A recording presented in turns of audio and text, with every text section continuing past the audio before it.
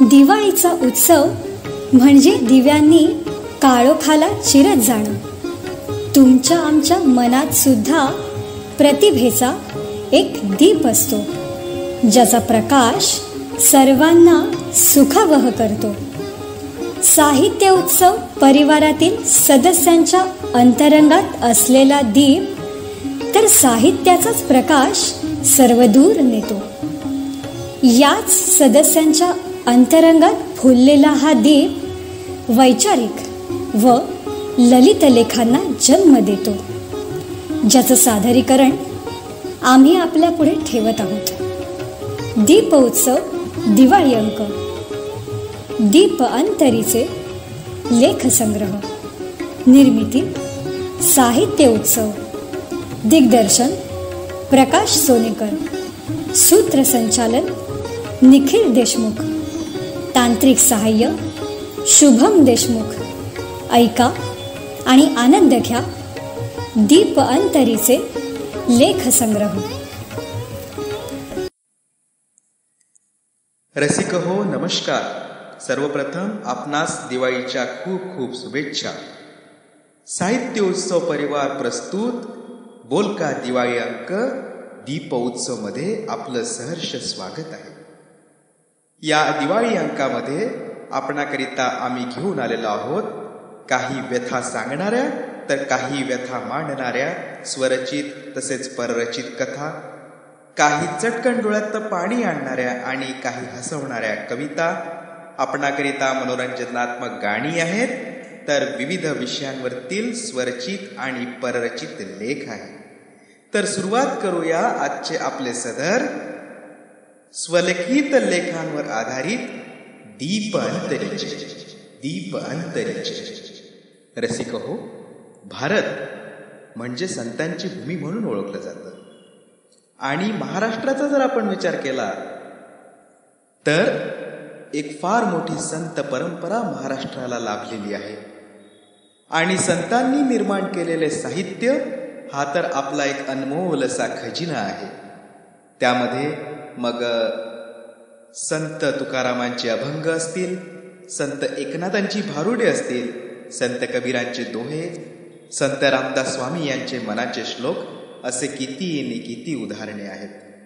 या संत साहित्यातून बोध घेऊन अनेक थोर समाज सुधारकांनी दुःखी आणि कष्टी जनतेची सेवा केली आणि ते माणसातले देव झाले.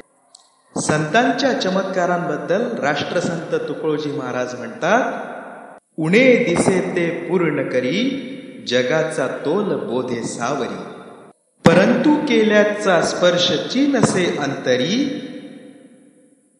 चमत्कारे संत ऐसे.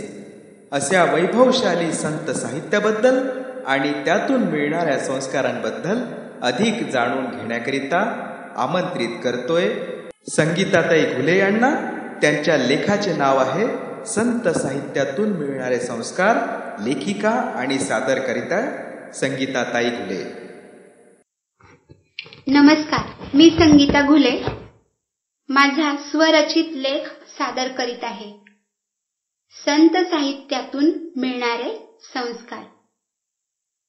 करत करत अभ्यास के जडमती होत सुजान, रसरी आवत जात है सिल पर होत निशान.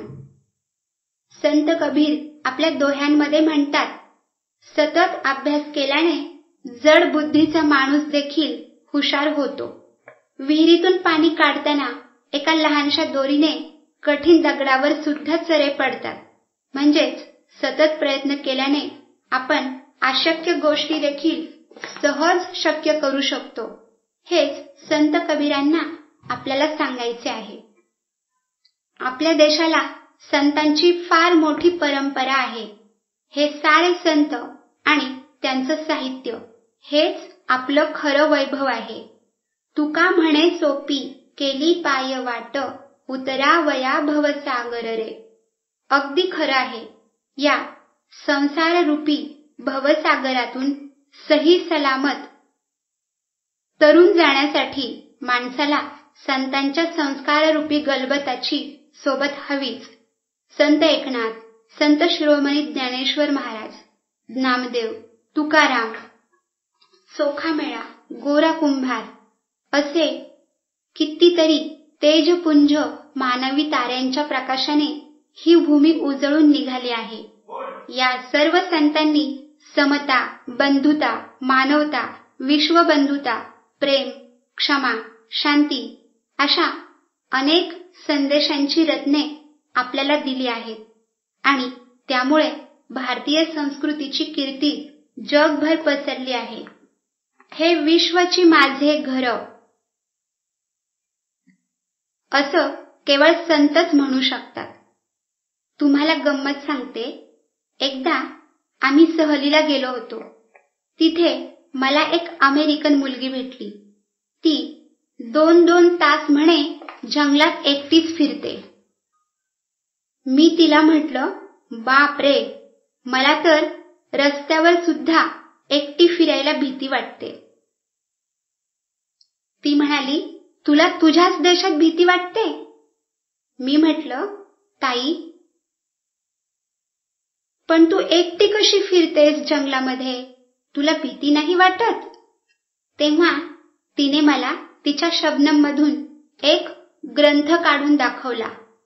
त्याला तिने 10 नमस्कार केला आणि म्हणाली, मेरे पास ये है ना. मी चकित झाले, कारण तो ग्रंथ म्हणजे आपली ज्ञानेश्वरी होती. त्या अमेरिकन मुलीने मला सणसणीत चपराक दिली. आपल्याच देशात आपण न भीता बिनधास्त राहावं हा संदेश तिने मला दिला. आणि तोही कशाच्या जोरावर? तर आपल्याच ज्ञानेश्वरीच्या. असा आहे संत साहित्याचा महिमा. संत ज्ञानेश्वरांची किती कमाल आहे नाही? त्यांना लोकांनी अतोनात छळलं, संन्याशाचा पोर म्हणून हिणवलं, उपाशी ठेवलं, पण एवढे दुःखाचे चटके सोसूनही ते तसूभरही चिडले नाहीत. अंगी दैवी शक्ती असूनही कुणाला शिव्या शाप दिले नाहीत. थांब, तू मला छळतोस ना? तुला बेडूकच करतो. थांब, तुला दगड बनवतो. असे अपशब्द कधीच वापरले नाहीत. स्वतःच्या दुःखाची वेदना ना ज्ञानेश्वरीत दिसते ना अमृत अनुभवात. उलट त्यांनी सर्व प्राणीमात्रांसाठी पसायदानच मागितले. जो जे वांछिल तो ते लाहो प्राणीजात, असं देवाकडे वरदान मागितलं. किती उच्च प्रतीची बुद्धिमत्ता, केवढा हा वरच्या पातळीवरचा विचार. जे का रंजले गांजले त्यासी म्हणे जो आपुले, तोची साधू ओळखावा देव तेथेची जाणावा. तुकोबारायांनी आपल्याला ही शिकवण दिली. दीनदुबळ्यांना, दुःखी पीडितांना जवळ करा, त्यांची सेवा करा.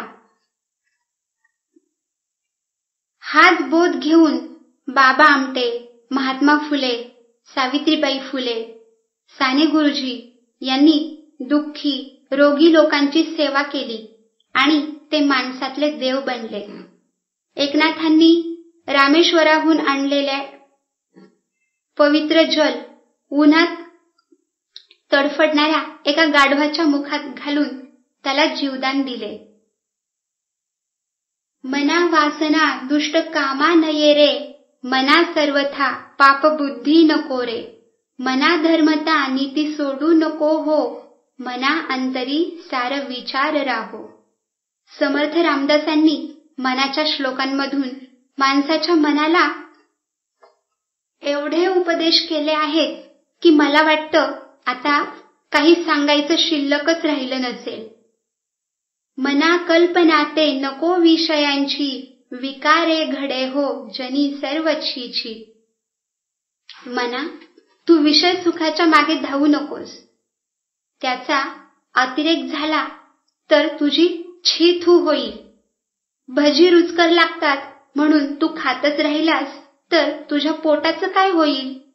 आणि पोट बिघडलं तर लोकांचं हसू होईल. म्हणून आधीच सावध राहा. आम्हा घरी धन शब्दांचीच रत्ने, शब्दांचीच शस्त्रे यत्न करू. भाषा ही केवळ माणसाचीच संपत्ती आहे. त्यामुळे आपण शब्द रत्नांप्रमाणे वापरली पाहिजेत. शब्दाने माणूस जसा जोडता येतो तसा तोडताही येतो. आपण सगळ्यांशी गोड बोलून माणसं जोडली पाहिजेत. मुक्ताबाई ताटीच्या अभंगातून ज्ञानदेवांना समजावते, संत जेणे व्हावे तेणे जग बोलणे सोसावे. आई जशी आपल्या मुलाच्या प्रेमापोटी त्याचे सगळे अपराध पोटात घालते आणि त्याच्यावर प्रेमाचा वर्षाव करते, संतांचंही तसंच आहे. ते लोकांचे अपराध पोटात घालतात आणि सगळ्यांवर मायेचं छत्र धरतात. संत, वारकरी रामकृष्ण हरीचा जप करतात का, असं विचाराल तर छान उत्तर मिळेल. आयुष्यात सुखी आणि समृद्ध होण्यासाठी रामाचा आचार, कृष्णाचा विचार आणि हरीचा उच्चार हा असायलाच हवा. बोला रामकृष्ण हरी, रामकृष्ण हरी. थँक्यू. श्रोते हो, आपण जगतोय कशासाठी या प्रश्नाने आपल्याला कधी ना कधीतरी कुठल्या ना कुठल्या वळणावर हे छळलं असणारच. आणि याचं उत्तर जरी मिळालं असेल तरी ते मला वाटतं प्रत्येक वळणावरचं वेगवेगळं असेल. कर्णाला मी कोण आहे आणि मी इथे कशासाठी या प्रश्नाने पूर्ण महाभारतभर छळलं. मी लहान असताना आपण खाण्यासाठी जगतो की जगण्यासाठी खातो या प्रश्नाने खरोखर मला छेडलं. माझं बालपणचं उत्तर आणि आताचं उत्तर या दोन्हीमध्ये फार मोठी तफावत मला स्वतःला जाणवते. मनाला थोडं अस्वस्थ करणारी आणि जगण्याचा एक नवीन दृष्टिकोन देणारी प्रसिद्ध नोबेल पारितोषिक विजेते पाब्लो नेरुदा यांची एक कविता आहे, यू आर डाईंग स्लोली, म्हणजेच तुम्ही मरताय हळूहळू.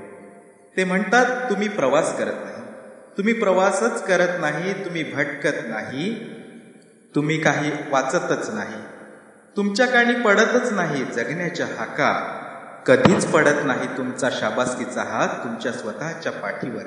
याचाच अर्थ तुम्ही मरताय हळूहळू, याचाच अर्थ तुम्ही मरताय हळूहळू. ही कविता जरूर वाचा.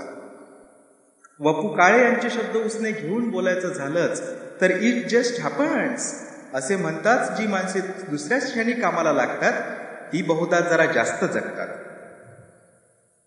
20% आपलं आयुष्य हे अश्रू गाळण्यात व्यर्थ जात असेल.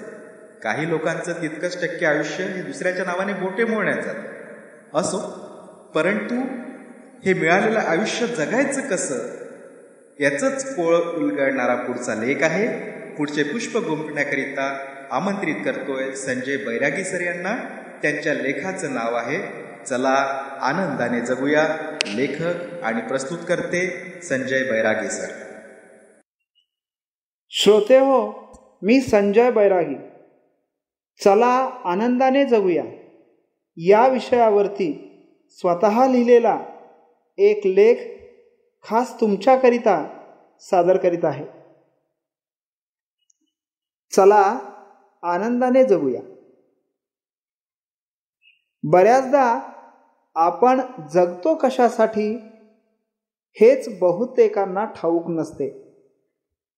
नुसता जन्म मिळाला म्हणून जगण्यात अर्थ तो कोणता?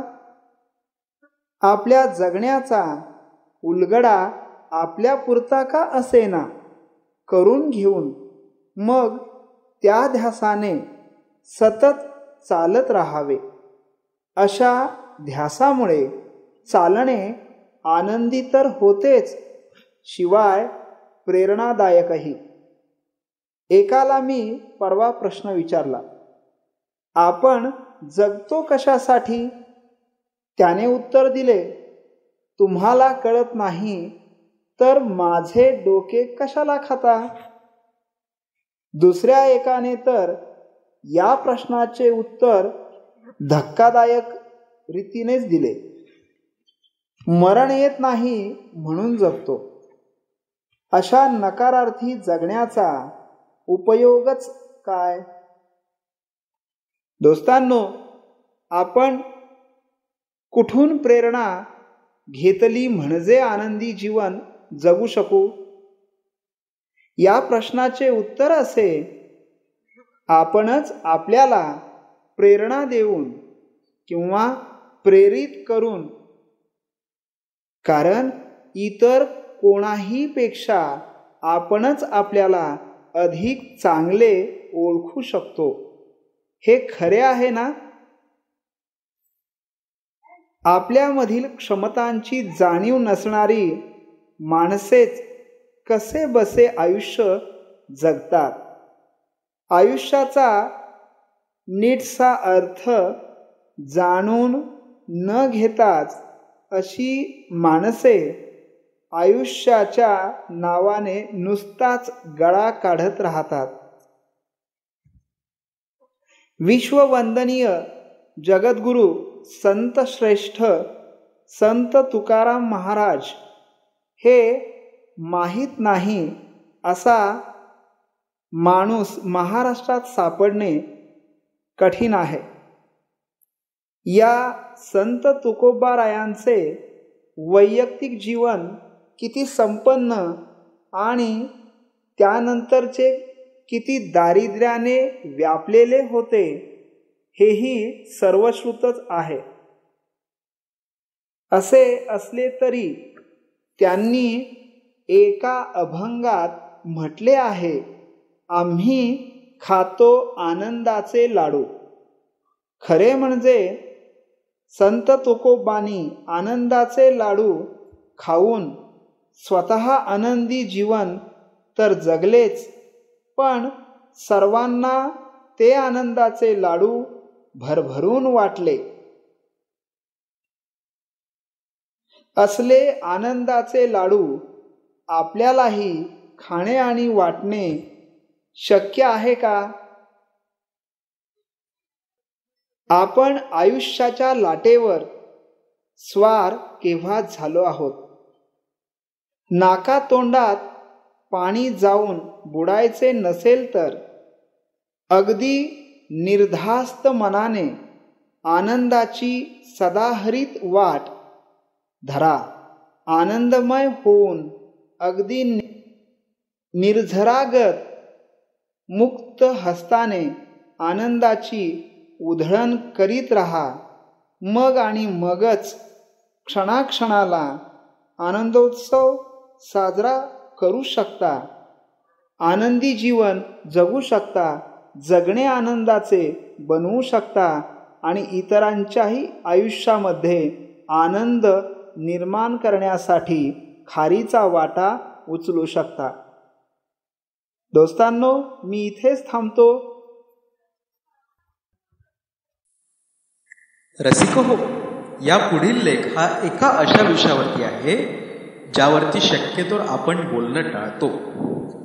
या विषयावरती चर्चा करत असताना सुद्धा आपण कमीत कमी कसं बोलता येईल याचा प्रयत्न करतो. हा विषय म्हणजे मित्रांमध्ये फक्त चेष्टा आणि मस्करीपुरताच मर्यादित राहिलेला आहे. मी लहान असताना बालपणीच मला 2 पुस्तके या विषयावरती वाचायला मिळाली. उमलत्या कळीचे प्रश्न आणि निरामय कामजीवन, ज्यामुळे अगदी थोड्याफार प्रमाणात का होईना माझ्या ज्ञानामध्ये भर पडली. नाहीतर याविषयी आपण चर्चा करत असताना बरेचदा अर्धवट ज्ञानामुळे वेगवेगळे तर्क वितर्क लावून त्या विषयाला नको ते वळण देतो आणि मग नको त्या चुका घडतात. ते म्हणतात ना, अर्धवट घागरेला कळकळाट फार, अगदी तशी गत आपली या विषयावरती चर्चा करताना होते. तुम्हाला कळलं असेलच मला कुठल्या विषयावर बोलायचं आहे ते. अर्थातच तो विषय म्हणजेच प्रणय. तर याविषयी ऐतिहासिक दाखल्यांसह अधिक माहिती आपल्याकरिता घेऊन आलेले आहेत प्रकाश सोनेकर सर. लेखाचं नाव आहे विचार मनातले. लेखक आणि सादरकर्ते प्रकाश सोनेकर सर. मी प्रकाश सोनेकर स्वलिखित लेख प्रस्तुत करत आहे, विचार मनातले. मित्रांनो, दैनंदिन जीवनामध्ये सेक्शुअल विषयावर कोणी बोलत नाही.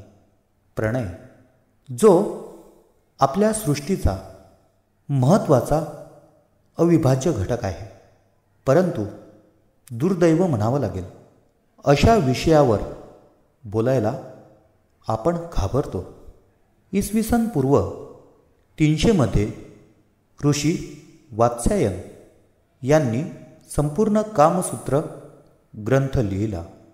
पौराणिक कथेमध्ये म्हटलं जातं की शंकर पार्वतीच्या प्रणयाच्या कथा नंदी वात्स्यायनांना सांगत होते आणि त्या आधारावर वात्स्यायन यांनी संपूर्ण कामसूत्र हा ग्रंथ लिहिला आहे.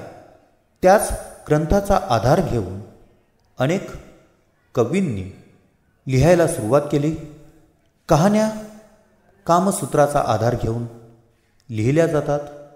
विठ्ठल प्रभूंनी कामसूत्र या पुस्तकाचा आधार घेऊन उमलत्या कळ्यांची प्रश्न हे सुंदर असं मराठी पुस्तक लिहिलं, जे हिंदीमध्ये सुद्धा उपलब्ध आहे. खिलते कलियों के प्रश्न या ग्रंथामध्ये प्रणयाच्या 64 कला सांगितलेल्या आहेत. मित्रांनो, प्रणय हवा हवासा वाटणारा प्रणय. प्रणय हे पाप आहे का, की वासना आहे? प्रेम आहे की पुण्य आहे? यासाठी आपल्याला भगवती चरण वर्मा यांनी लिहिलेला उपन्यास चित्रलेखा नक्कीच वाचायला पाहिजे. यामध्ये रत्नांबर, चित्रलेखा, बीजगुप्त, श्वेतांक, यशोधरा अशा भूमिका उपन्यासमध्ये आहेत. बीजगुप्त हा भोगविलासी, श्वेतांक हा त्याचा अनुयायी. चित्रलेखाचं लग्न लहानपणातच झालं होतं. अर्थात लग्नाचं सुख फार काळ टिकू शकलं नाही. नंतर चित्रलेखा नृत्याचा क्लास शिकत होती आणि नंतर नृत्यामध्ये पारंगत झाली. अर्थातच चित्रलेखाचं नृत्य बघण्यासाठी बीजगुप्त तेथे गेलेत आणि बीजगुप्त चित्रलेखाच्या प्रेमात पडले. एकीकडे भोगविलासमध्ये विजय प्राप्त केलेले, ज्यांनी भोगविलासेवर विजय मिळवला, ते म्हणजे कुमारगिरी. त्यांच्याकडे बीजगुप्त, श्वेतांक आणि चित्रलेखा गेले. तर कुमारगिरींनी सांगितलं की तुमच्यासोबत स्त्री आहे, अंधारमय आहे, तर माझ्याकडे त्यांना परवानगी नाही. परंतु चित्रलेखाने सांगितलं की या प्रकाशाला, या उजेडाला अंधाराचा प्रणाम आहे. काही दिवसांनी बीजगुप्तांना यशोधराच्या लग्नाची ऑफर आली. अर्थात त्यांनी सांगितलं होतं की मी चित्रलेखावर प्रेम करतो, परंतु तिच्या वडिलांनी सांगितलं की चित्रलेखाचं अगोदर लग्न झालेलं आहे, त्यामुळे समाज तुम्हाला काय म्हणणार. आणि बीजगुप्त हे लग्न करायला चित्रलेखासोबत तयार नव्हते. फक्त चित्रलेखाकडून त्यांना शारीरिक सुखाची अपेक्षा होती. पण कुठेतरी मग विचार केला की लग्न करायला पाहिजे आणि यशोधरासोबत लग्न त्यांचं झालं. तत्पूर्वी कुमारगिरीकडे चित्रलेखा गेली आणि बीजगुप्त आणि यशोधराबद्दल त्यांनी सांगितलं होतं. परंतु नंतर गेल्या असता कुमारगिरींनी चित्रलेखाला सांगितलं बीजगुप्त आणि यशोधराचं आता लग्न झालं आहे. आणि असं खोटं बोलून त्यांनी चित्रलेखाचा उपभोग घेतला. ज्या व्यक्तीला, ज्या ऋषींना संभोग मान्य नव्हता, जे ऋषी संभोग करणं हे पाप समजत होते, परंतु तेच ऋषी या पापाला बळी पडले आणि नंतर त्यांच्या लक्षात आलं की पाप आणि पुण्य असं काहीही नाही. कालांतराने यशोधराचं आणि बीजगुप्तचं लग्न झालं, तर श्वेतांक हा चित्रलेखावर अगोदरपासूनच भारावून गेलेला होता. तर यांनी चित्रलेखाला लग्नासाठी मागणी घातली. अर्थात श्वेतांक हा क्षत्रियच होता, पण त्यावेळेस चित्रलेखा बोलली, ठीक आहे, परंतु माझ्याकडे तर काहीच नाही. अर्थात श्वेतांकडे संपत्ती होती थोडीफार, पण बीजगुप्तच्या तुलनेत फारच कमी होती. जेव्हा हा विषय चित्रलेखाने बीजगुप्तकडे काढला, तर बीजगुप्तकडे असलेली सर्व संपत्ती दोघांनाही अर्पण केली. तर मित्रांनो, हे होतं चित्रलेखा या पुस्तकाबद्दल, जेथे पाप आणि पुण्य काही नाही, परंतु याच्यामध्ये दोघांच्या मर्जीने जर प्रणय घडत असेल तर ते पाप नाही, परंतु खोटं बोलून जर प्रणयाचं सुख आपण घेत असू तर ते पाप आहे. आता स्त्रियांवर लैंगिक अत्याचारांचं प्रमाण खूप वाढलेलं आहे. त्यामध्ये नक्की दोष कोणाचा, हा प्रश्नचिन्ह नक्कीच आहे. दिवसांदिवस जी परिस्थिती बदलत चालली, त्या परिस्थितीचा दोष आहे का? मला असं वाटत नाही. चर्चा करताना आढळतं, स्त्रिया कमी अंगाच्या पोशाखात असल्यामुळे असले प्रकार वाढत चालले आहे. परंतु त्या पलीकडे मला हे म्हणायचं आहे, त्यांना ते तसे पोशाख परिधान करायला आवडतात, त्यांना त्यांचं स्वातंत्र्य आहे. तर आपल्याला कोणाचंही स्वातंत्र्य हिरावून घेण्याचा अधिकार नाही. त्यासाठी आपण बलात्कार करायला पाहिजे का, हा प्रश्नचिन्ह आहे. दुसऱ्या बाजूनी जर आपण बोलायला गेलो तर स्त्रियांकडून सुद्धा पुरुषांचा लैंगिक छळ केला जातो, याचंही प्रमाण आहेच. आणखी एक पुस्तक वाचलं रत्नाकर मतकरी यांचं, ॲडम. या पुस्तकामध्ये महत्त्वाचा नायक आहे राजवर्धन. राजवर्धनचे बाबा पोलीस, परंतु 1 रुपयाचा सुद्धा कधी त्यांनी भ्रष्टाचार केला नाही, हे या कादंबरीमध्ये दाखवलं आहे.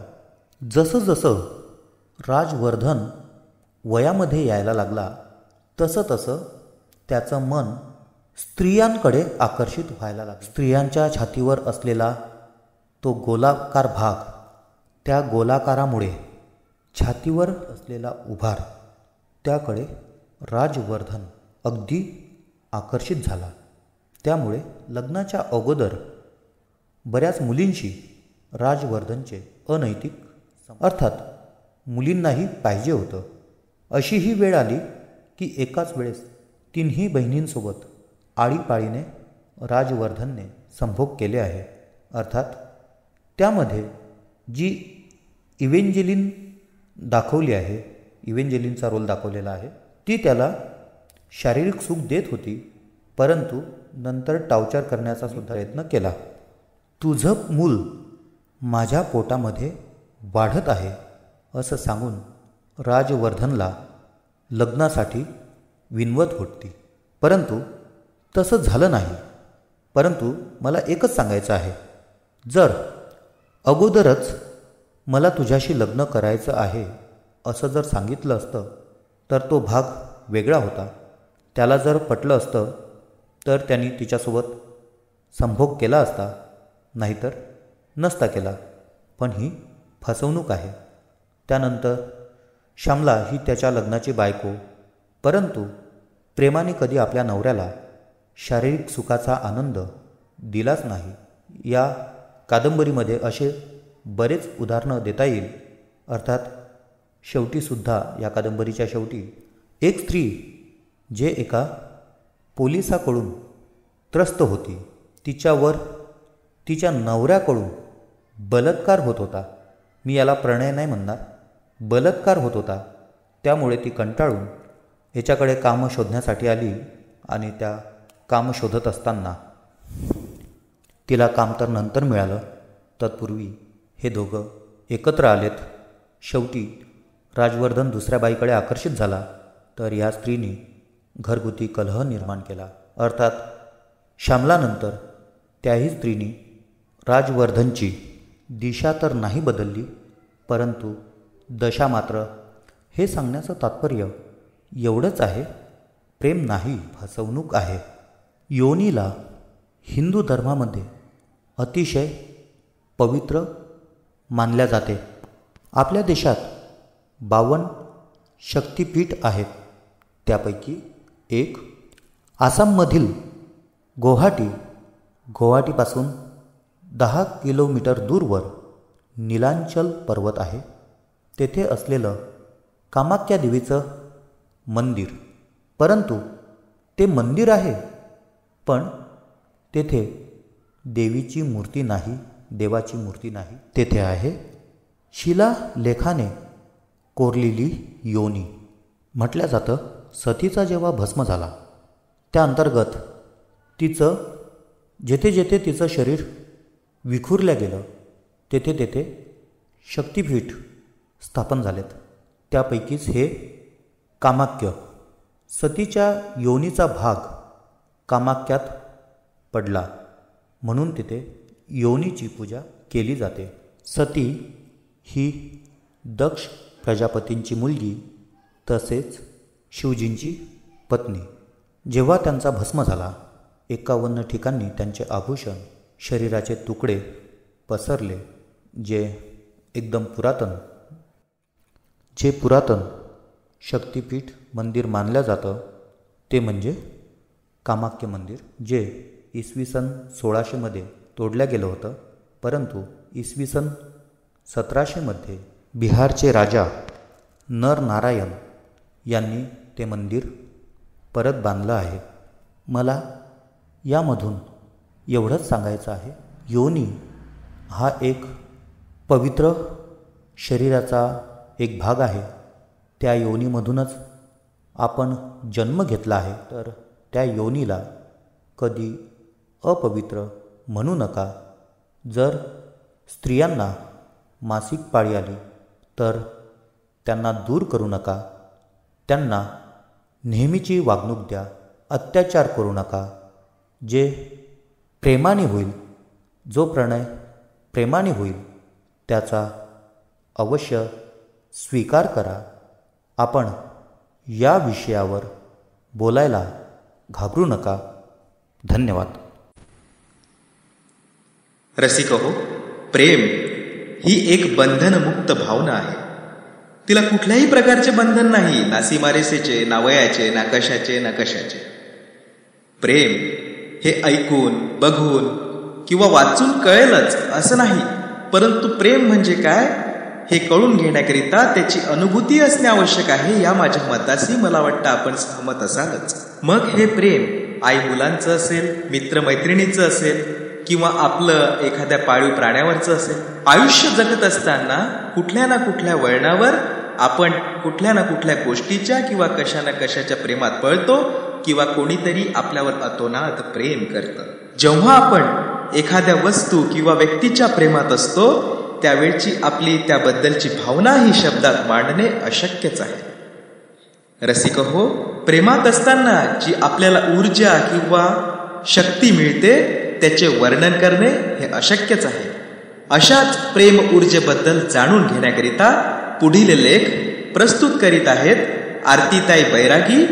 त्यांच्या लेखाचा विषय आहे प्रेम एक ऊर्जा शृंखला. लेखिका आणि सादरकर्त्या आरतीताई बैरागी. नमस्कार, मी आरती बैरागी आपणासमोर सादर करीत आहे एक स्वरचित लेख. ज्याचे नाव आहे प्रेम एक ऊर्जा श्रृंखला.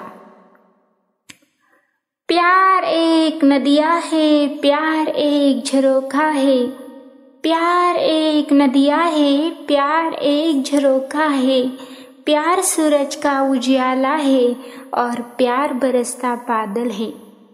खरंच प्रेमाबद्दल अशी विशेषणे ऐकायला आपल्याला किती छान वाटतं ना. अहो, प्रेम हे असंच आहे. त्याबद्दल कितीही बोललं तरी थोडंच आहे. प्रेमामुळे आपण नकारात्मक भावनांचे सकारात्मक भावनांमध्ये सहजरित्या रूपांतर करू शकतो. प्रेम ही एक ऊर्जा शृंखला आहे. या ऊर्जा शृंखलेमध्ये खूप ताकद सामावलेली असते.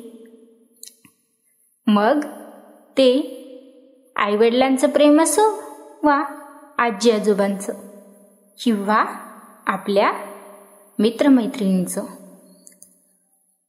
किंवा आपल्यावरती असलेलं पाळीव प्राण्यांचं प्रेम, पशु पक्ष्यांचं प्रेम. अहो, हे प्रेम. प्रेम या शब्दामध्येच किती मोठा अर्थ सामावलेला आहे, नाही का? अहो, मुक्या प्राण्यांना सुद्धा प्रेमाची भाषा कळते. आणि हो, हे सांगायचं विसरलेच की झाडे आपल्याला सावली देतात, फळे देतात, फुले देतात आणि त्याचबरोबर जगण्यासाठी आवश्यक असलेला ऑक्सिजन देखील देतात.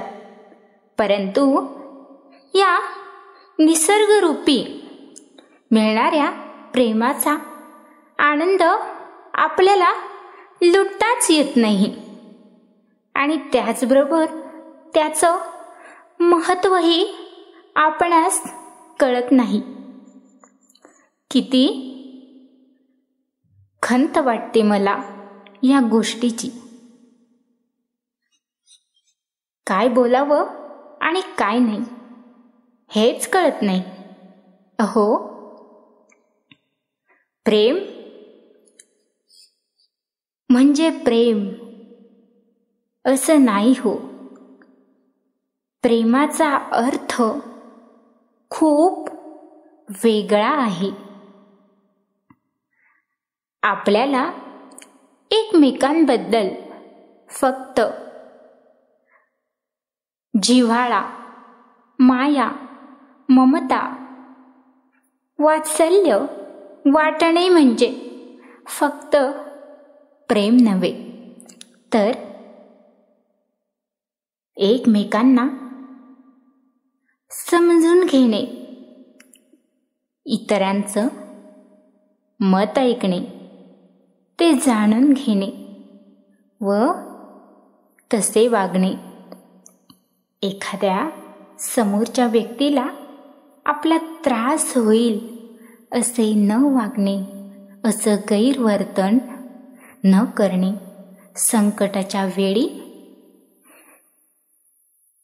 इतरांना साथ देऊन त्यांना असं म्हणणं, तू घाबरू नकोस, मी तुझ्या सोबत आहे. अहो, किती किती छान वाटतात ना हे शब्द. किती भुरळ घालतात ना हो. असं वाटतं आपलं काळजी करणारं कोणीतरी आहे बुवा, आपले लाड करणारं, आपले हट्ट पूर्ण करणारं, आपल्याला लाडानं प्रेमानं जवळ घेणारं, कुरवळणारं असं कोणीतरी आहे. मग आपण स्वतःला भाग्यवान समजू लागतो, नशीबवान समजू लागतो. असं हे असतं प्रेम. परंतु मानवाला अजूनही प्रेमाचं महत्त्व कळलंच नाही हो. याचीच मला खंत वाटते. तर प्रत्येकाने प्रेमाचा अर्थ समजून घ्यायला हवा. इतरांशी मायेने, ममतेने वागायला हवं. कोणाचाही द्वेष करू नये, तिरस्कार करू नये. अहो, आपण जोपर्यंत जिवंत आहोत ना, तोपर्यंत सगळे असतात. म्हणून सर्वांशी प्रेमानं वागावं. काय सांगता येतंय का कोणता माणूस केव्हा जाईल? माणूस एकटा येतो आणि एकटाच जातो हो. म्हणून सगळ्यांना प्रेम द्या, जिव्हाळा द्या, आपुलकी दाखवा, मदतीचा हात द्या. इतरांच्या जीवनामध्ये आपल्यामुळे काहीतरी बदल होईल, परिवर्तन येईल, असं काहीतरी करा. अहो, प्रेम काय एखादी खेळणी नव्हे की एखाद्या बाजारात गेल्यानंतर आपल्याला ती सहज विकत मिळेल आणि ती विकत आपण घेऊ शकू आणि हवे तेव्हा आपण तिला फेकून देऊ शकू. उपयोग आहे तेव्हाच तिचा उपयोग करू शकू. आणि जेव्हा ती वस्तू निरुपयोगी होईल तेव्हा तिला आपण फाडून कुस्करून फेकून देऊ. नाही हो, याला नाही हो प्रेम म्हणत. प्रेम म्हणतात कितीही वस्तू ती तुटली फुटली तरी आपण ती प्रेमाने जपून ठेवणे, त्या वस्तूचं मोल जाणणे.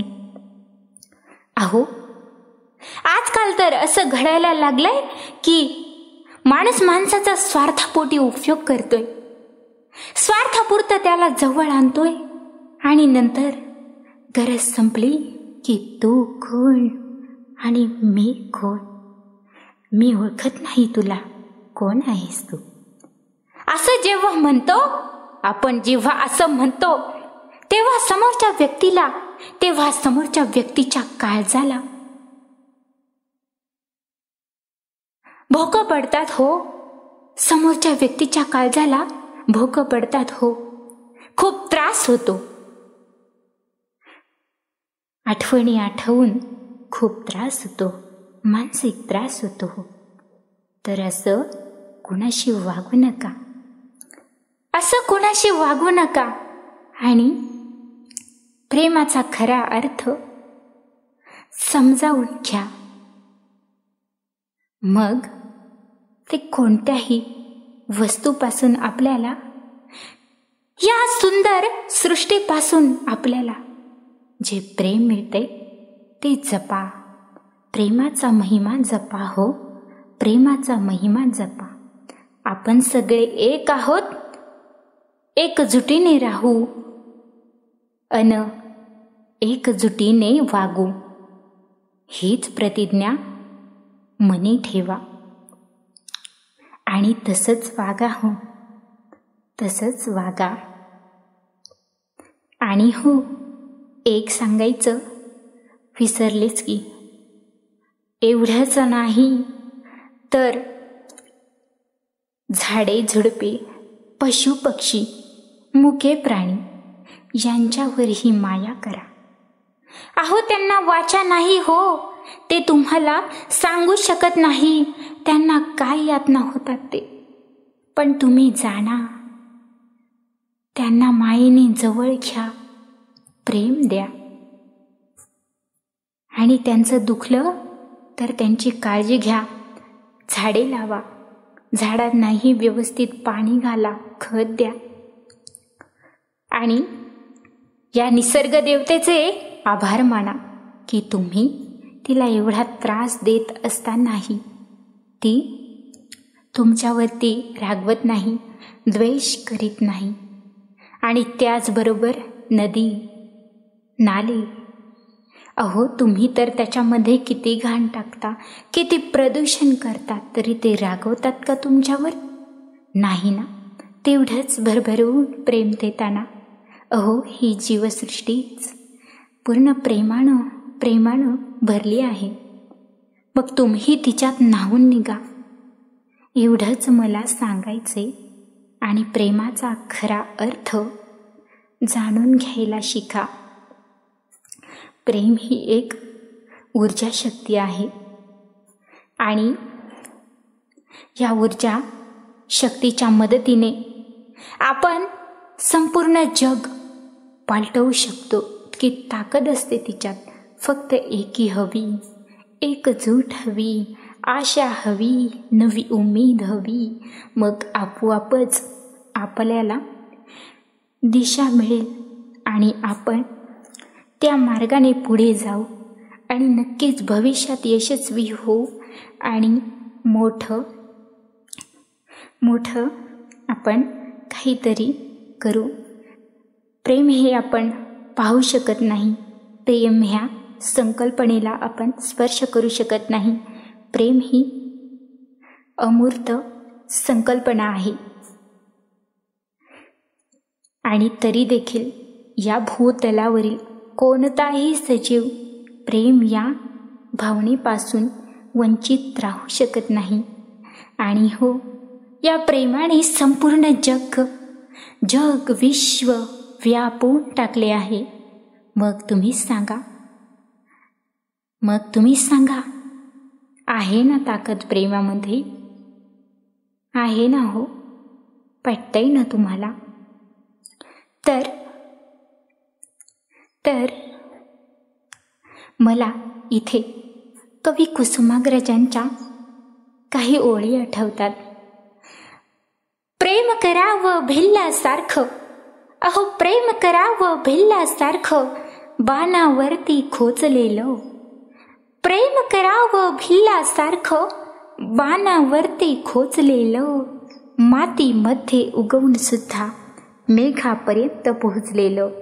मातीमध्ये उगवून सुद्धा मेघापर्यंत पोहोचलेलं. मेघापर्यंत पोहोचलेलं. मेघापर्यंत पोहोचलेलं. थँक्यू. वाचाल तर वाचाल ही म्हण आपण बरेचदा ऐकतो, परंतु ते अंमलात किती आणतो हा मात्र एक गहन प्रश्न आहे. असे म्हणतात की a good leader is a good reader. बऱ्याच यशस्वी कंपन्यांचे ॲव्हरेज CEO सांगतात की ते दिवसाला 100 ते 200 पाने वाचतात आणि ते पुढे असेही म्हणतात की त्यांच्या यशाचे रहस्य हे त्यांच्या वाचनाच्या सवयीमध्ये दडलेले आहे. असे म्हणतात व्यक्ती तेवढ्या प्रकृती, परंतु असे म्हणणेही वावगे ठरू नये की व्यक्ती तेवढ्या विविध प्रकारच्या त्यांच्या वाचनाच्या आवळी.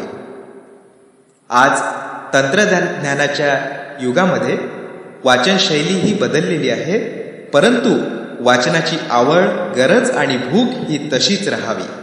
एक वाचक म्हणून आणि एक साहित्याचा रसिक म्हणून मला या गोष्टीचा नेहमीच अभिमान असेल की भारताला पहिले नोबेल पारितोषिक हे साहित्याच्या क्षेत्रामध्ये रवींद्रनाथ टागोर यांना 1913 साली मिळाले.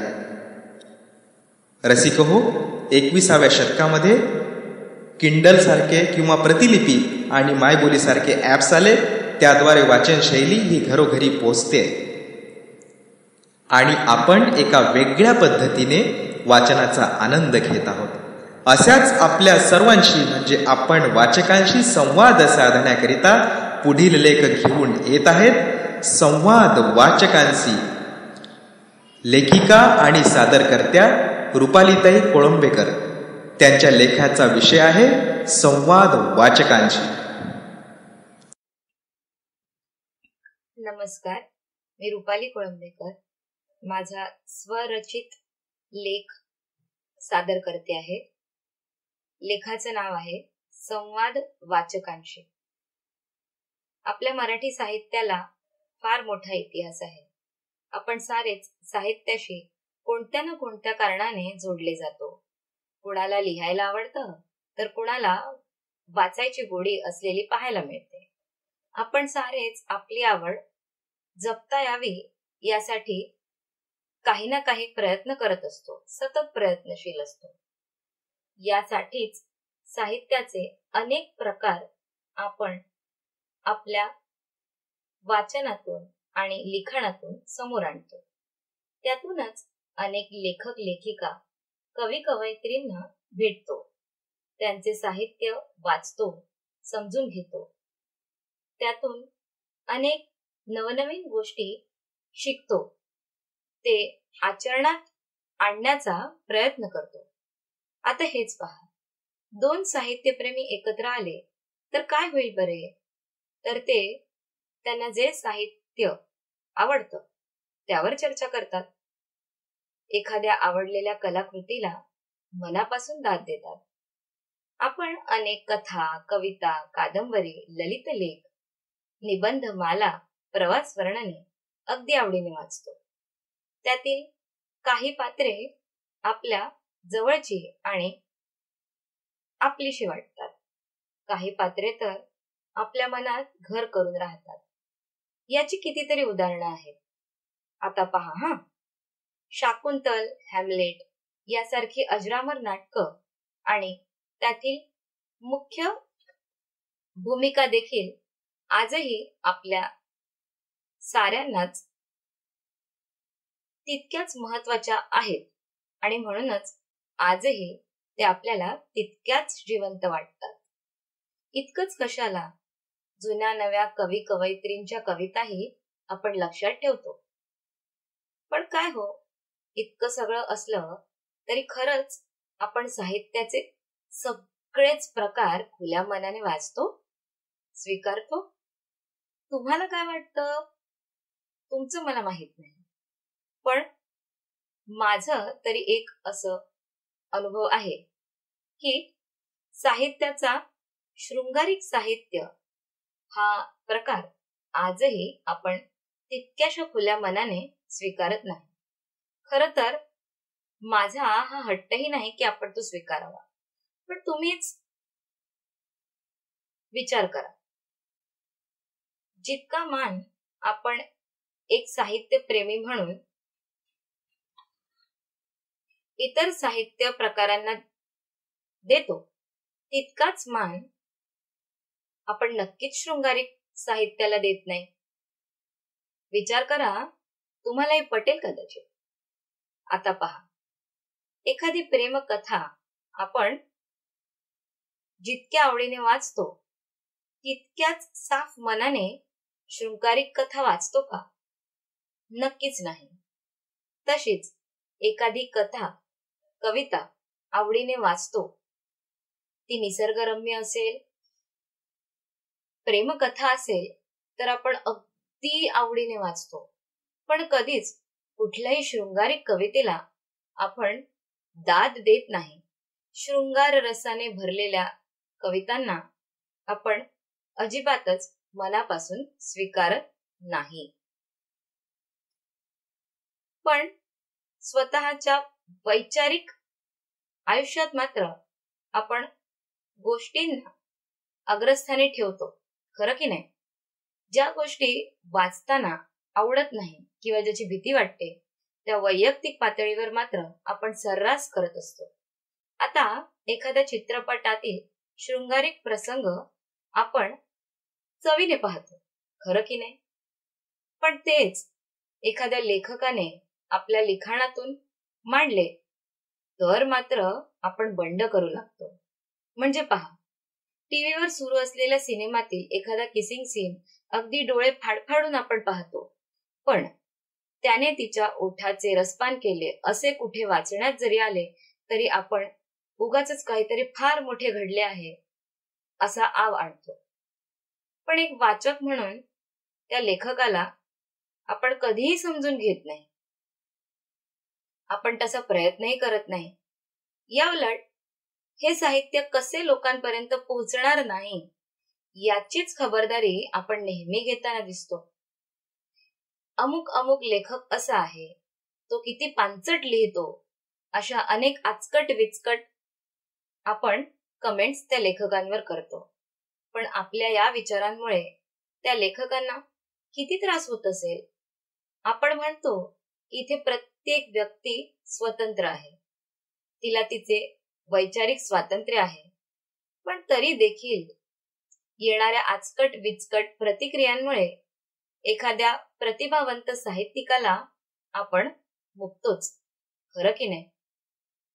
हे भीषण वास्तव आहे, ज्याला आपण कधीही नाकारू शकत नाही, अहो नाकारता येणारही नाही. तेव्हा संपूर्ण साहित्य प्रकारांचा आनंद आपण साऱ्यांनीच घेऊया आणि इतरांनाही देऊया.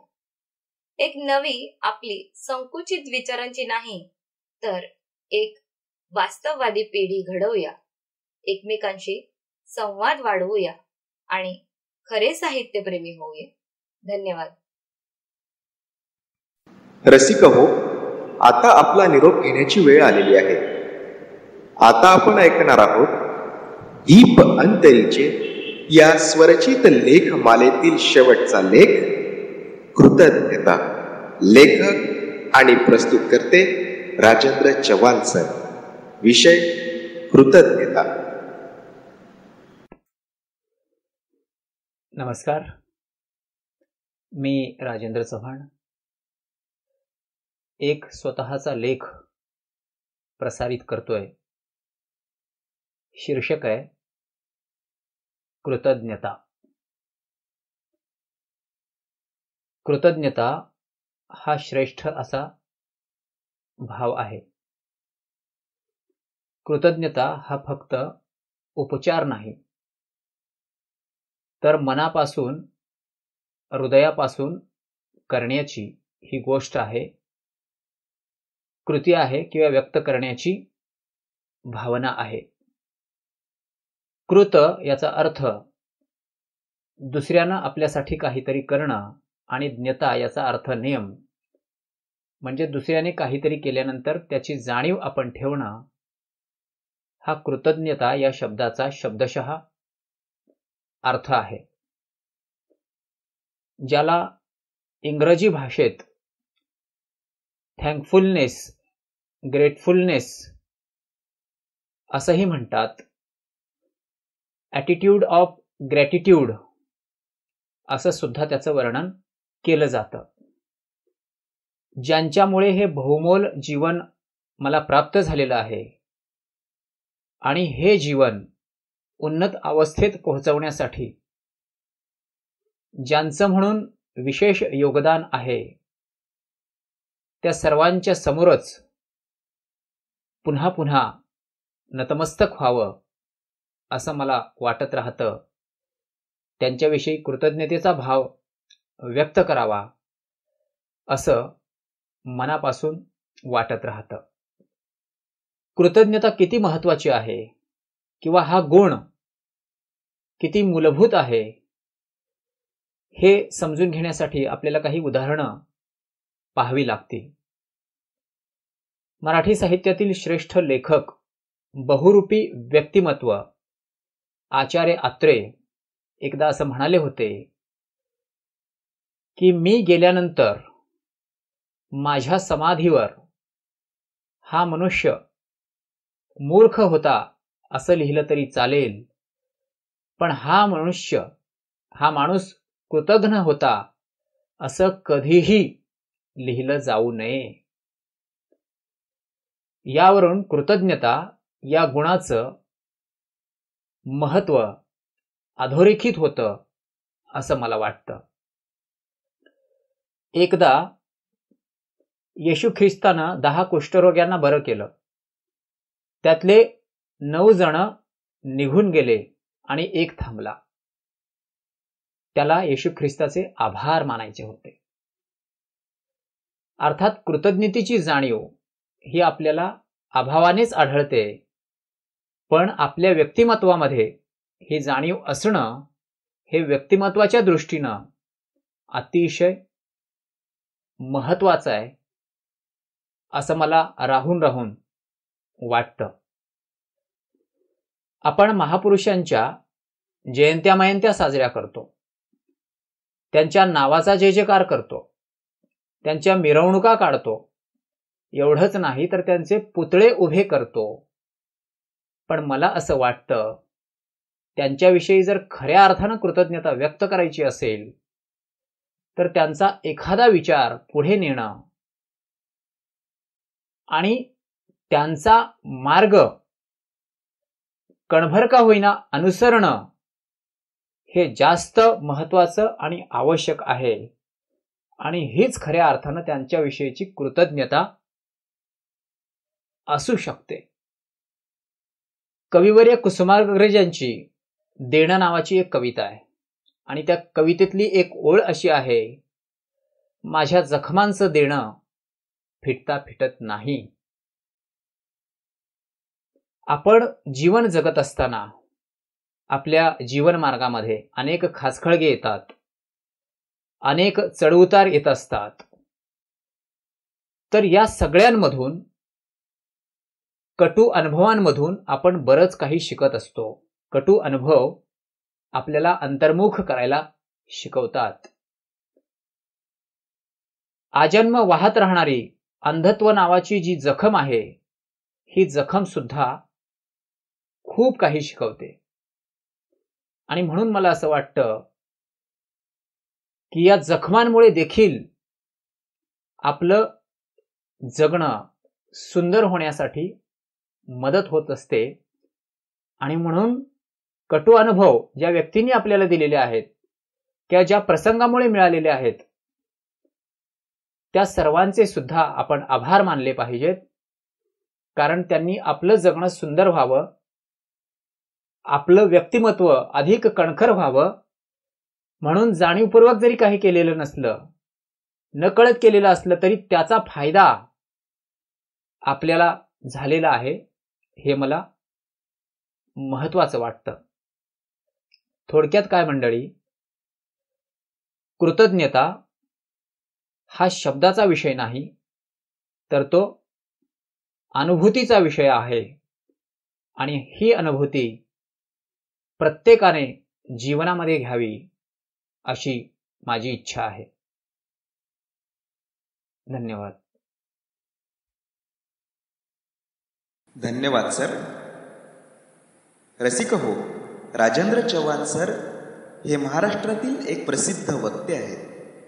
त्यांच्या विद्यार्थी दशेतील काळामध्ये जवळजवळ 150 ते 200 स्पर्धांमध्ये त्यांनी पारितोषिके पटकावली. कृतज्ञता एक श्रेष्ठ भाव. खरोखर आपल्याला माहितीच आहे की गेल्या 7 ते 8 महिन्यांमध्ये जगात काय घडतंय. रसिक हो, तसे तर बरेच व्हिडिओ ऑडिओ क्लिप्स सोशल मीडियावरती व्हायरल झाल्या, परंतु मला आठवते ते म्हणजे लॉकडाऊनच्या काळामध्ये एक व्हिडिओ व्हायरल झाला होता, ज्यामध्ये एक परिचारिका आपल्या हॉस्पिटलमधील कोविड रुग्णांकरिता एका गाण्यावरती नाच सादर करीत होती, त्यांच्या मनोरंजनाकरिता आणि ते बरे व्हावे म्हणून. रसिक हो, तिची वाट पाहणारं सुद्धा घरी कोणीतरी असेल, तिला सुद्धा आयुष्यात अनेक चिंतांनी ग्रासलेलं असेल, परंतु एक सेवाभावी वृत्ती म्हणजे काय असते याचे उदाहरणच तिने घालून दिले. अशा या सर्व कोविड योद्ध्यांप्रती साहित्य उत्सव परिवार कृतज्ञ आहे. साहित्य उत्सव परिवाराचा त्या सर्व कोविड योद्ध्यांना सलाम. रसिक हो, कोरोनावरती अजूनही कुठल्याही प्रकारची उपचार पद्धती नाही, शिवाय लसही नाही. त्यामुळे आपणच स्वतःची व इतरांची काळजी घेऊया व सुरक्षित राहूया. तुम्हाला सर्वांना साहित्य उत्सव परिवारातर्फे दिवाळीच्या पुन्हा एकदा खूप खूप शुभेच्छा देतो. तसेच एक निवेदन आणखी करतो की आपण जर हे प्रसारण यूट्यूबवरती ऐकत असाल तर आमच्या चॅनलला सबस्क्राईब करा, लाईक करा आणि शेअर करा. तसेच आमचे फेसबुक पेज लाईक करा आणि आपल्या प्रतिक्रिया द्यायला विसरू नका. आपल्या काय ज्या प्रतिक्रिया असतील त्या आमच्यापर्यंत जरूर जरूर कळवा हीच विनंती करतो आणि इथेच थांबतो. धन्यवाद. दर्जेदार साहित्याचा आणि कलाकृतींचा आस्वाद घेण्यासाठी जॉईन करा साहित्य उत्सव व्हॉट्सॲप किंवा टेलिग्राम ग्रुप. जॉईन करण्यासाठी संपर्क करा 98 81 60 20 25 या क्रमांकावर. संपर्क क्रमांक पुन्हा एकदा 9881602025. साहित्य उत्सव हे यूट्यूब चॅनल आजच सबस्क्राईब करा. साहित्य उत्सवच्या फेसबुक पेजला जरूर भेट द्या, कारण ज्ञान आणि मनोरंजन यांचं अतूट नातं म्हणजे साहित्य उत्सव.